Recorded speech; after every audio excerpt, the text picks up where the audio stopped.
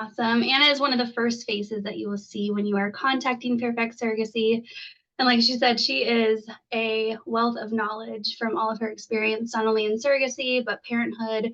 And yeah, I'm excited for you to be here today. This is her first webinar.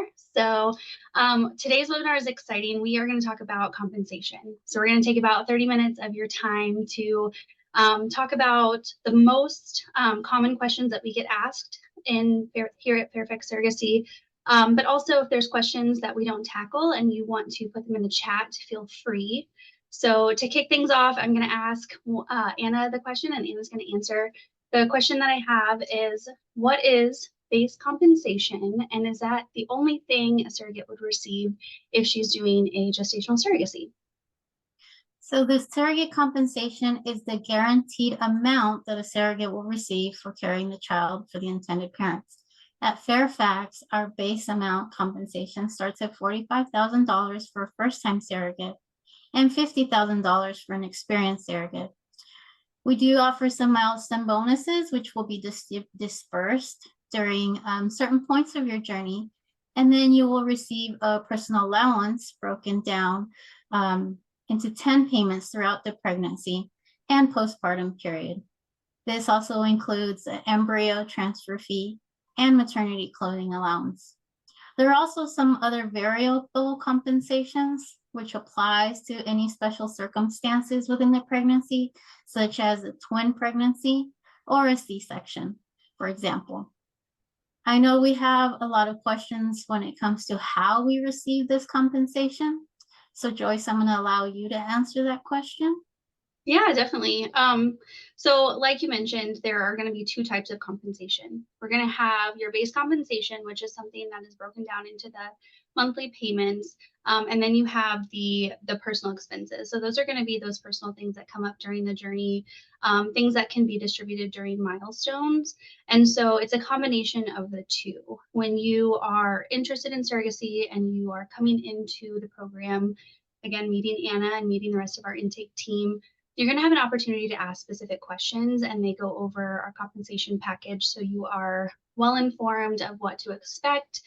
We're going to dive a little bit deeper into things that are covered under our program and things that you can ask and get that information as you are learning more about our program here. Outside of our base compensation and our personal expenses, is there anything else a surrogate can expect during her journey? Are there any additional things that are covered that we can let our audience know about today? Yes, so we look forward also is we have surrogate-friendly health insurance policies if needed. So we request your insurance information if you have that.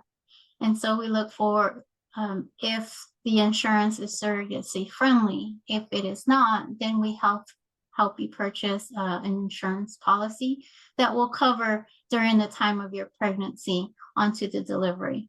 We also offer the life insurance policy to ensure if something happens to you during the time that you are pregnant onto delivery, your family is covered, or you are rest assured that your family is taken care of if something happens to you.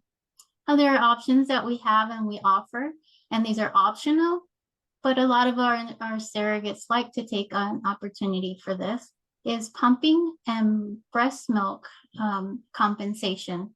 So a lot of intended parents, as well as surrogates, get comfortable with each other and the relationship that is built during the pregnancy, that they want to be open to offering breast milk. And so we offer the compensation of reimbursement for mileage and shipping and any supplies needed, as well as a weekly reimbursement for all that time that you've put in to supply that liquid gold that we call. Also, we offer a doula, as some of us surrogates just want that extra support apart from our partners and our family as support, but a doula that can be there during the delivery. We offer that if you request it. And also what we offer as well is up to 10 sessions with a medical health professional during the time, because we are all mothers. We all have our lives. We all have busy schedules, and anything can happen during the time that you're pregnant onto delivery. And I usually recommend everyone to take this opportunity because life happens, and then you're adding the addition of being pregnant. Sometimes you just need someone to talk to, different from your family and your friends, just someone to give you advice on how to handle all the emotions that come with it. Also, Definitely. I think one of the questions we also get is what happens if there's complications during pregnancy? How does that compensation happen? Joyce, would you like to take care of that one? Yeah, of course. So I'll back up just a little bit because I want to go over a couple things that you had mentioned. When it comes to like the doula and the mental health services, those are things that can be requested. I personally used a doula for my last surrogacy journey. And you know, when you have a doula, someone who's medically trained to not only help you during the labor, during the prenatal care, but also postpartum, our spouses aren't typically trained on that. Our family members are typically trained on that. And having that additional resource like the doula or even the mental health professionals stepping in, we recommend our surrogates to take advantage of that opportunity, even if they don't think they need it.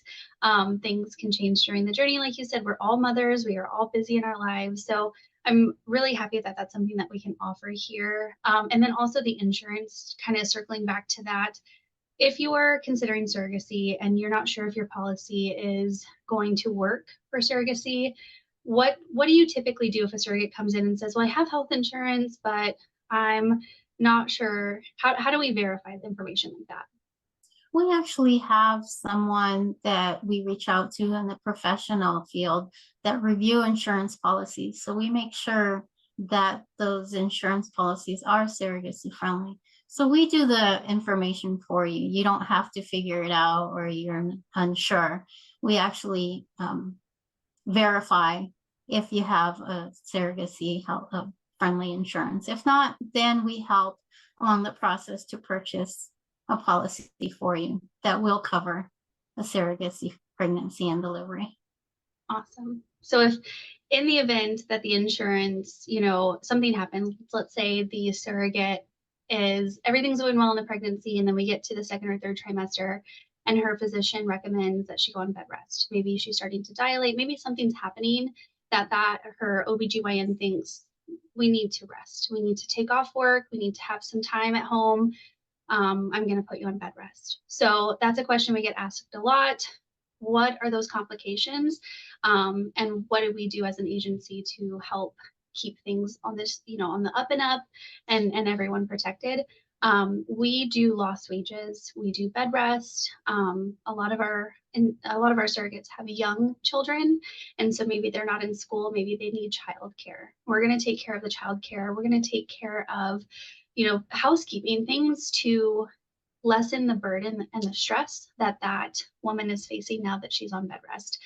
It's not something that always happens, but pregnancy is unpredictable, and we want everyone to be rested, have the peace of mind knowing we're going to cover lost wages. We require updated paycheck stubs. So this is specifically speaking to the surrogates that are working outside of the home.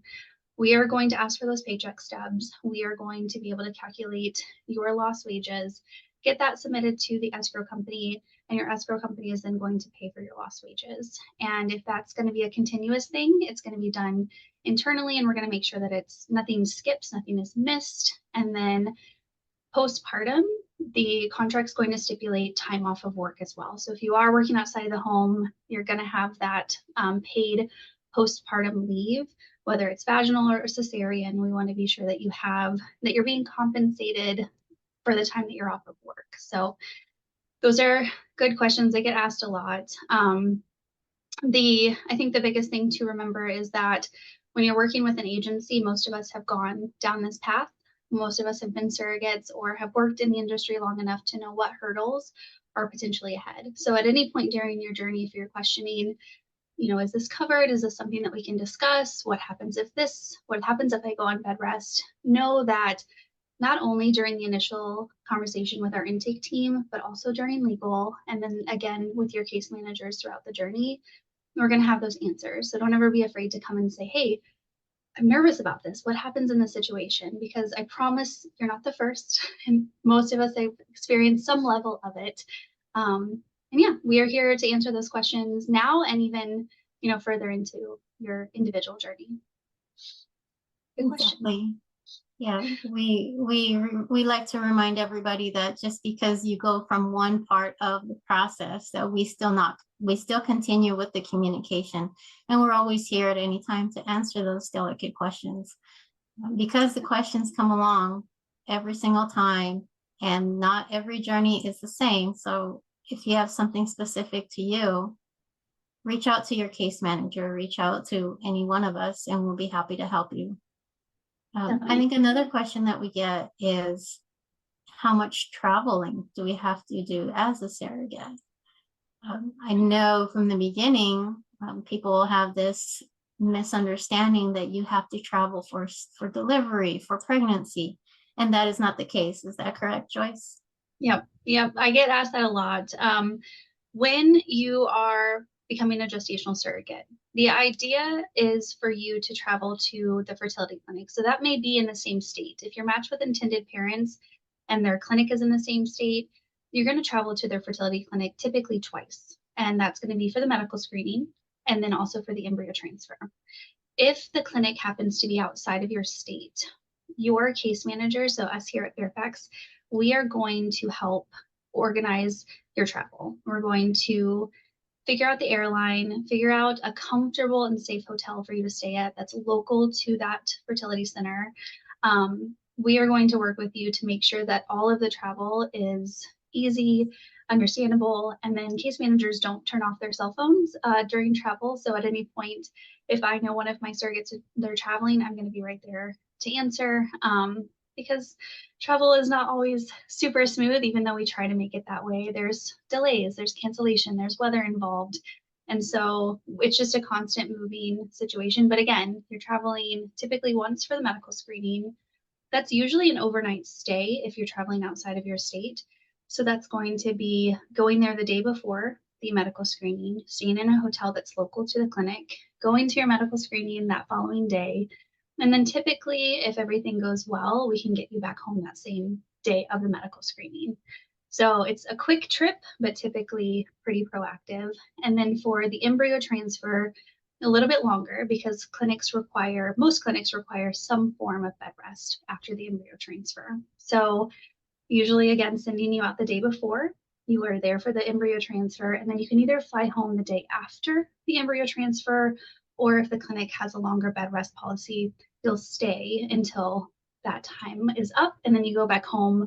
And we typically tell surrogates, it's princess treatment. So you're going to bring someone with you for the embryo transfer, more than likely, and they're going to carry your bags. They're going to, we don't want you rushing. We want you to take it easy.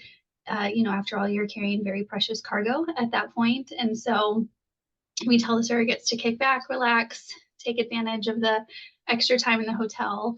But yeah, everything as far as travel we accommodate it. So when you're traveling and you're taking an Uber or a Lyft, those are things that are reimbursed. We're going to be able to cover your trip if you're traveling and there's checked bags, things like that. We want to be sure that those are things that we are taking care of for our surrogates. And it's typically a pretty simple process. You're going to send receipts. You're going to let us know, what was spent when your time away, and then we accommodate for those times out. Because you've had multiple embryo transfers, did you travel for all of those, or were any of those local? Fortunately for me, mine were very local. I only had to drive maybe about an hour away. And thankfully, I had my spouse who was with me the entire time to help me. So I was able to go to both the medical evaluation and the transfer and come home the same day. But like you mentioned, after embryo transfer, I was able to take it easy for a couple of days. I did have 3 different fertility clinics, and each fertility clinic had its different directions and directions on how to take care of yourself after an embryo transfer. So we have to be mindful of what those directions are. One required just taking it easy for the weekend, while another required strict bed rest for me. So we have to be mindful of those considerations Definitely. when it comes Yep. to surrogacy. And that comes to another question, right? What kind of precautions and considerations are we required as a surrogate, because we are carrying someone else's child. So we have to ensure that we take better care of ourselves. But also there's a few things that are added to it. Joyce, did you want to go through that, or do you want me to answer? Yeah, no, I'm happy to. When you're carrying a baby, you're going to keep your health at the forefront of your mind. That's whether it's your baby or someone else's. When it comes to third-party reproduction as a surrogate, you are being introduced to medications. And so when you are naturally conceiving your own family, you're typically not taking anything to help facilitate that pregnancy. When you are a surrogate, there are precautions such as taking your medication on time. And that is something that we review as not only on the intake team, introducing you to different medications you might have, but again, when you're connected to your parents and their fertility center, as case managers, we review your medication protocol. The clinic's going to help you with administering injections if that's part of your protocol, but we're also there to guide and direct and things like that.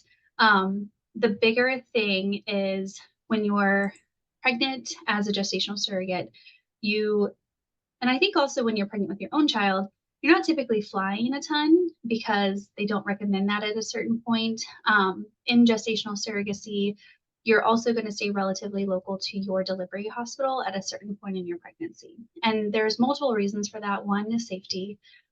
Another reason is insurance coverage. So whether your own policy is utilized or we are purchasing a policy for you, there's only a certain amount of coverage that that policy is going to allow. So if you have things like traveling, over 100 miles outside of your delivering hospital area, you may not have the coverage that is needed for if in the heaven forbid you have to go into the hospital for care. So those additional precautions are taken, but the good news is we're also aware that life happens. So typically it's a conversation. Your contract's going to stipulate that if your OB/GYN care is okay with this certain travel, nothing international, we want to keep you local. Yes. But if there's a death in the family or something that you need to travel for, it's a discussion. We're going to be open and have that discussion and make sure, again, safety is at the forefront of everyone's mind. So I'll take it back because I did ask you about the travel. You got to stay local. I see it happen often. I did not. So for my transfer, my first transfer, I was local. I was very grateful. My intended parents were relatively close. My second transfer, no, I had to get on a plane, and it was, one of my first real experiences going on a plane. So I did that, and then I came home. And it doesn't always work out that it's relatively close. So we have experience with close transfers. We have experience with traveling, and I've had, surrogates go from one end of the country to the other. And again, we're here every step of the way. I think traveling it can be super fun, but it can also be very scary. So we're here to walk our families through each and every step of this process.